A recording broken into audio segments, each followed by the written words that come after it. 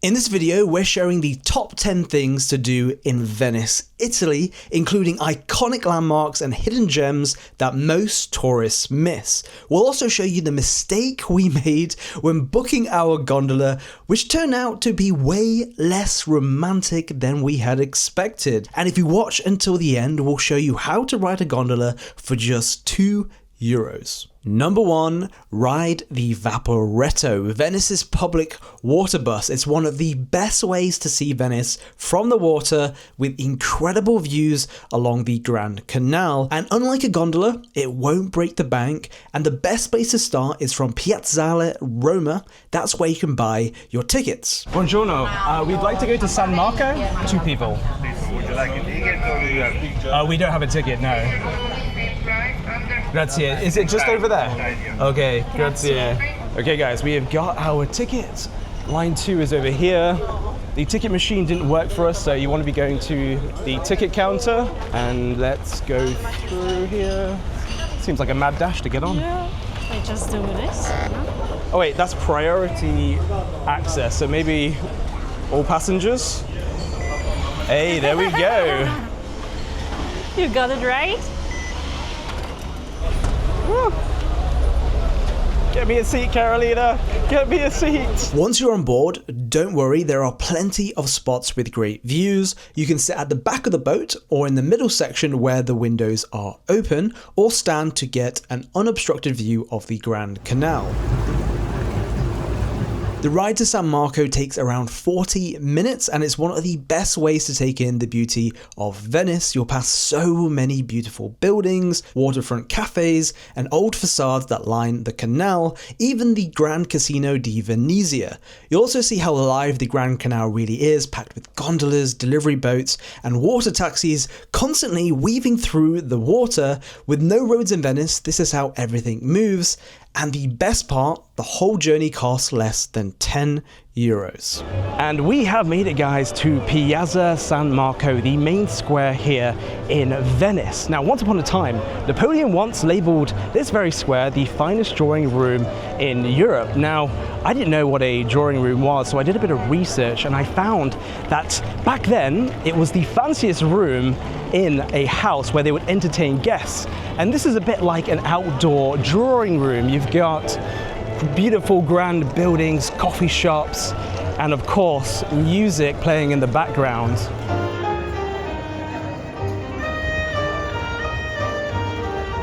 Number 2, must-visit bridges. Venice isn't just a city of canals. It's held together by over 400 bridges, each linking tiny islands like a pieces of a puzzle. We started with the Rialto Bridge, which is probably the most famous one in Venice. Built in the 1500s, it arches over the Grand Canal like a marble sculpture. We arrived just before sunset and the whole place was glowing. It was one of those places that everyone wants a photo on, and for a good reason. The view of the canal, the gondolas below, the warm light heating the buildings, it's pure Venice. Yes, it's crowded, but there's something special about sharing that moment with so many people all quietly taking it all in. Then there's the famous Bridge of Sighs. When you look closer, you will notice the carved faces along the sides, each one with a different expression. They were meant to reflect the emotions of the prisoners who crossed this bridge on their way to their cells. Now, Ponte dell'Accademia, which turned out to be a bridge with one of our favorite views in Venice. On one side, you see the wide curve of the canal with Santa Maria della Salute and its beautiful dome in the distance. On the other, the rooftops and quiet palazzos lining the water. And finally, Ponte della Costituzione, the most modern of the 4, designed by Santiago Calatrava, sleek, contemporary, and unlike anything else in the city. Number 3, stay in Canareggio, one of the best areas in Venice if you want a more local and laid-back experience. It's just a short walk from Santa Lucia train station, which means no water taxi, no hauling bags over endless bridges. You're in your hotel within minutes of arriving. And as you wander into the neighborhood, you're greeted by rows of colorful Venetian buildings with charming balconies and shutters. Each street has its own character. The area feels lively but not overcrowded. You can stroll alongside the beautiful canals in peace, watching boats drift by and taking in the rustic old world charm of the surrounding buildings.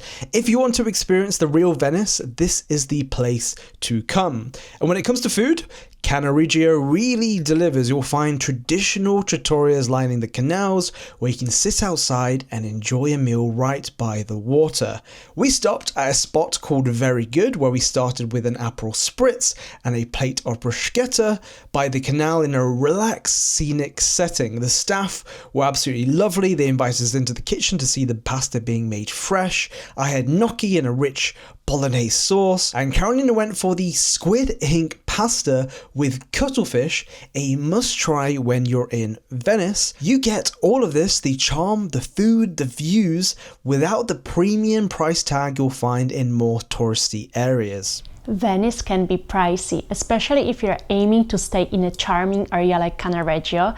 We booked last minute and paid for this place $172 per night, so trust us, booking ahead makes a big difference. That's where today's sponsor, Planning, comes in. With Planning, you can save up to 40% on hotels worldwide, and thanks to their partnership with Agoda, Priceline and Booking.com, Planning gives you access to exclusive deals that you won't find anywhere else. And here's the best part. When you sign up using our link or simply scan the QR code on screen, you will not only unlock all of these amazing discounts, but you will also be entered to win a $150 planning credit that you can use for your next adventure. You can even browse all our favorite hotel picks from every trip right on Planning too. So don't miss out. Create your free planning account today using our link in the description, pinned comment, or scan the QR code on screen, because your next adventure and big savings are just a few clicks away. Number 4, Teatro La Fenice. We stepped inside one of Venice's most famous landmarks, and I'm so glad we've got to see it because it was so beautiful. Wow, look at the chandelier! Ooh.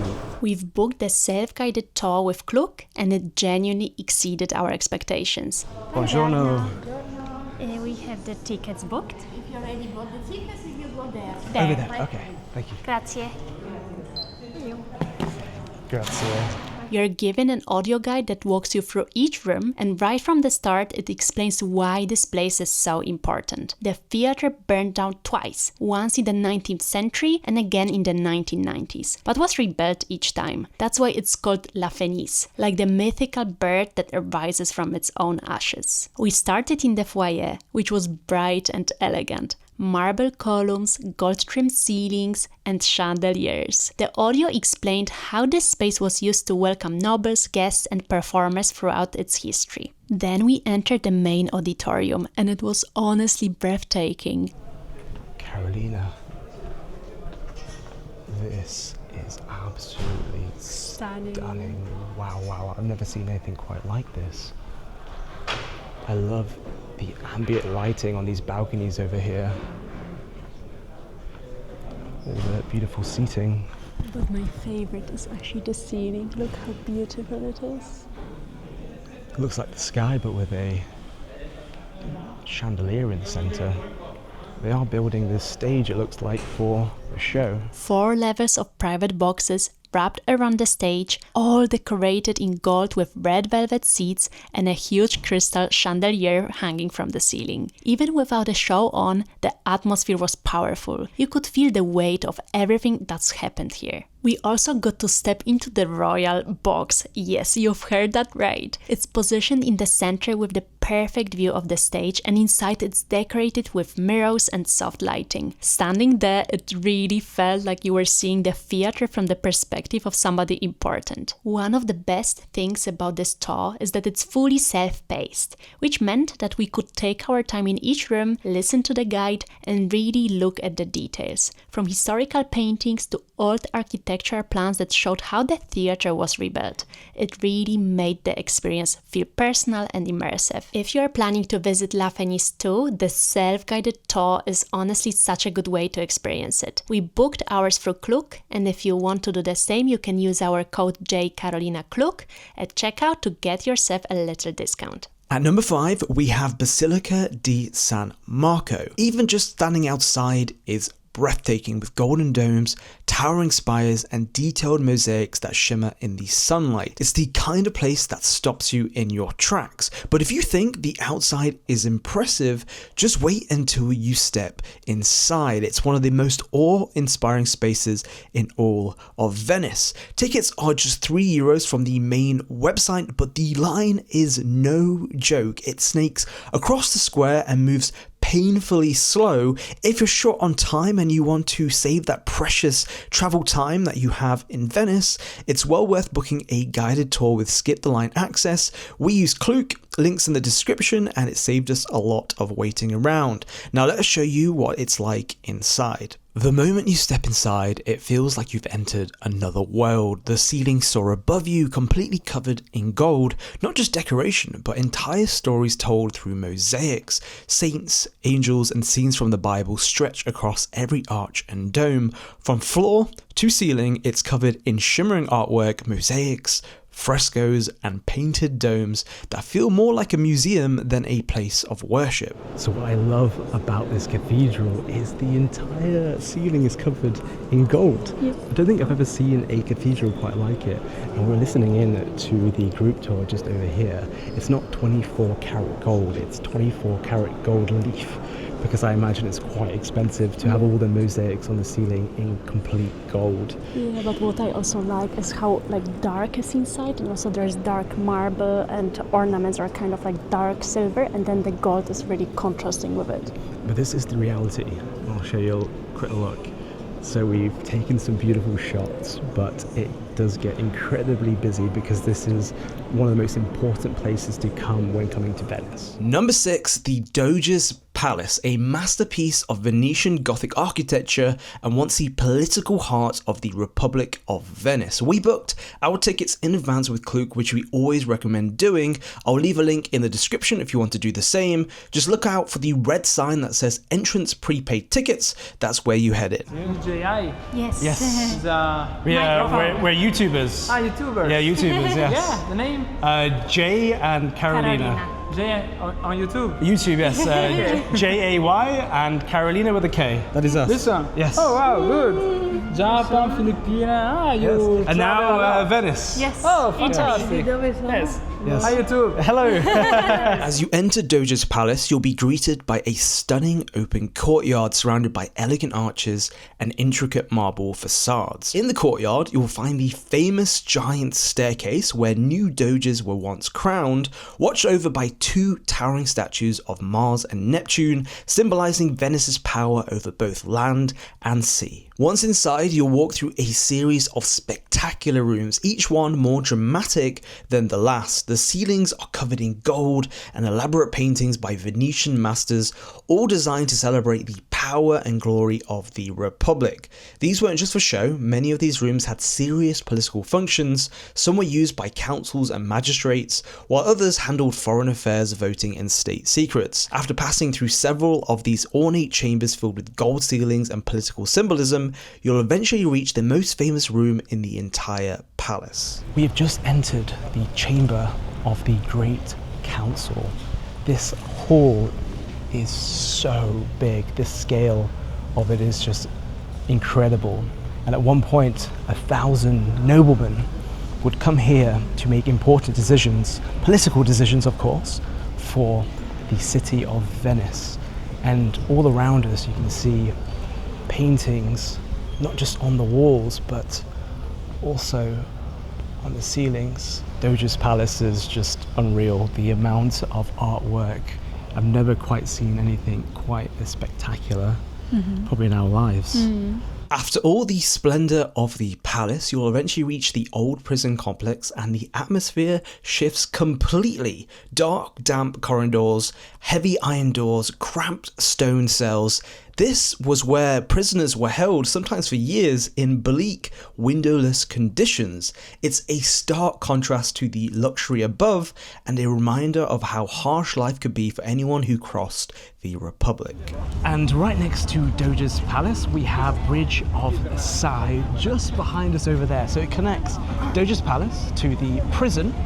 And it sounds romantic, right? Bridge of Sighs. We saw a couple earlier smooching and having a little cuddle while looking at the bridge, but actually the reality is a little bit less romantic, let's say, because prisoners, when they would get sentenced at Doge's palace, would then have to cross over this bridge, over to the prison, and it would be the last view of Venice they would see. And so that's why they had a big sigh on their face, and that's where the name comes from, because they probably weren't too happy about their situation. But here we are today. Everyone is taking selfies, having a little smooch and hug. So now we've come to the most beautiful bookshop in the entire world. The space is tiny, books are piled everywhere, and you are kind of being pushed along with the crowd. We could barely stand still for more than a few seconds, which basically shows how popular this place is. But even with all that noise and movement, one thing really stood out. A cat, fast asleep on a stack of books, completely unbothered by the chaos around it. This bookstore has become famous over the world for a reason, for how it was designed to survive Venice's floods. Instead of fighting the water, the owner filled the place with things that float, like bathtubs and a full-sized gondola, completely packed with books. It's weird, messy, but somehow still so charming. In the back there's the famous staircase made entirely from old damaged books. Thank you. Ah, this is the staircase.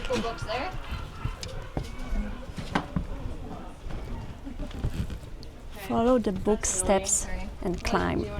We've managed to climb it quickly, and at the top you get this little peek over the canal with gondolas floating past just below. This man is controlling the crowd. Everyone needs to just come up and then come down this way. Everyone wants to experience it, so there was even a gentleman who literally controlled the traffic. So it's a little crowded and crazy, but Libreria Acqua Alta is one of those special places that just stays with you.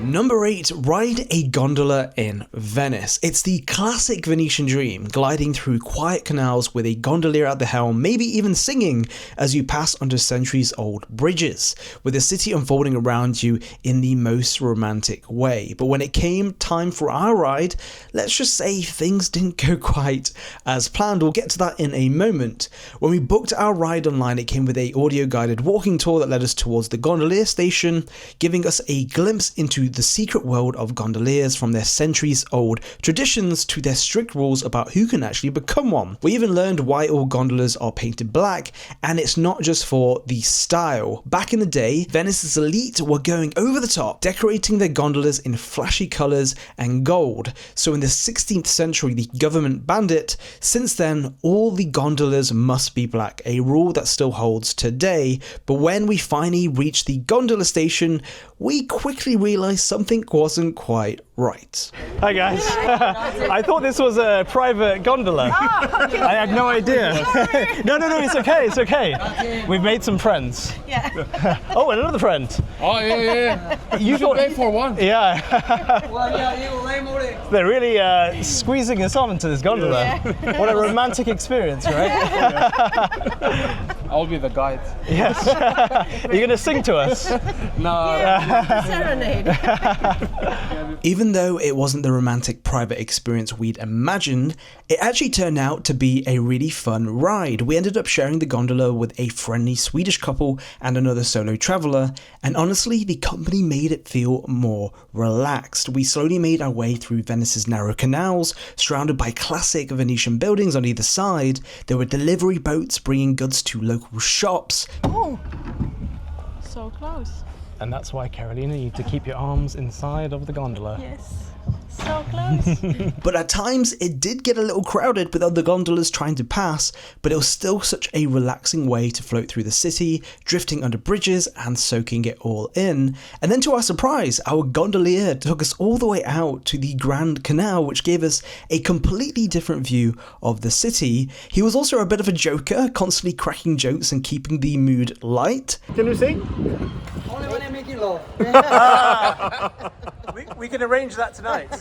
We have some new subscribers from Sweden. From Sweden. What were your names? Christian. Christian and Madeleine.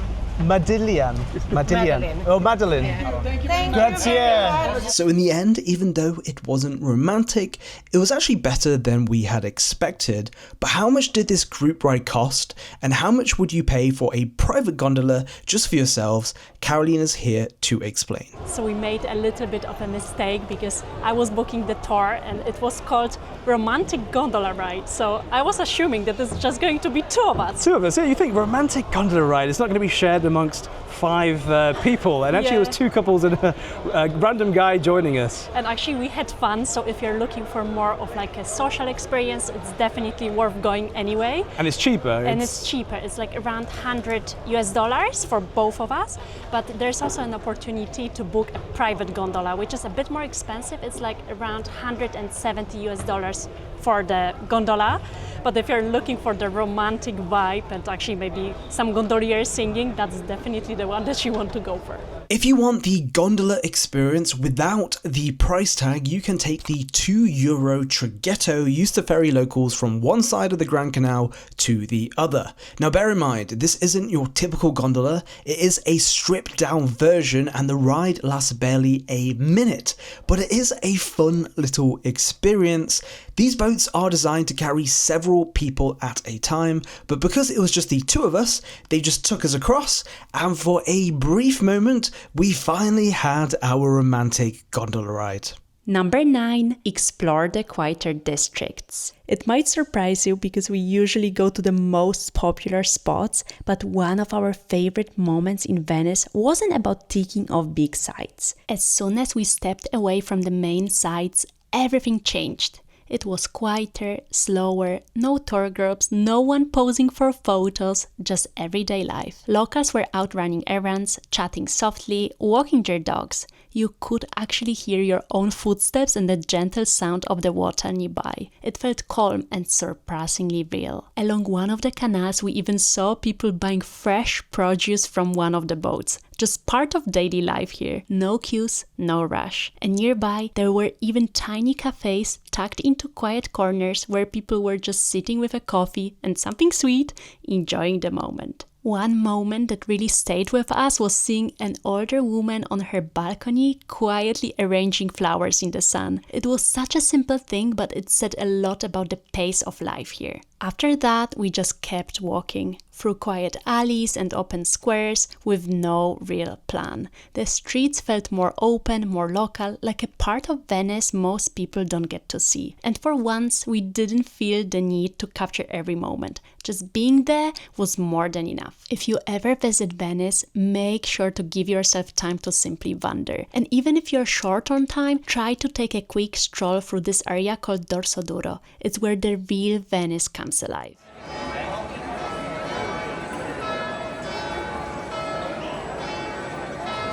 And finally, number 10, St. Mark's Bell Tower, the tallest structure in Venice and the perfect way to end your visit on a high, quite literally. And we have made it to the top of the bell tower. As you can see behind us, the big bells just above my head. We're standing with these very large binoculars looking out to Venice, and actually the view out to Venice is absolutely incredible from up here, especially at this time. We've come at around 8 o'clock, and you can't come here for sunset because it closes, I think, at 8:45, but the views here are spectacular. I love seeing all the kind of red tiled roofs of Venice. There's something quite special about being up here, and the nice thing is, at the end of a long day, we've done probably over 20,000 steps, that you can take a lift up to the top. And actually, I don't think the stairs are working, so you don't have much choice, but see, everyone's just coming out of the lift just over there. From the top, you get 360-degree views across the city, rooftops as far as the eye can see, with Venice stretching out into the lagoon in every direction. We booked skip the line tickets through Klook, which made it super easy. As always, the link's in the description.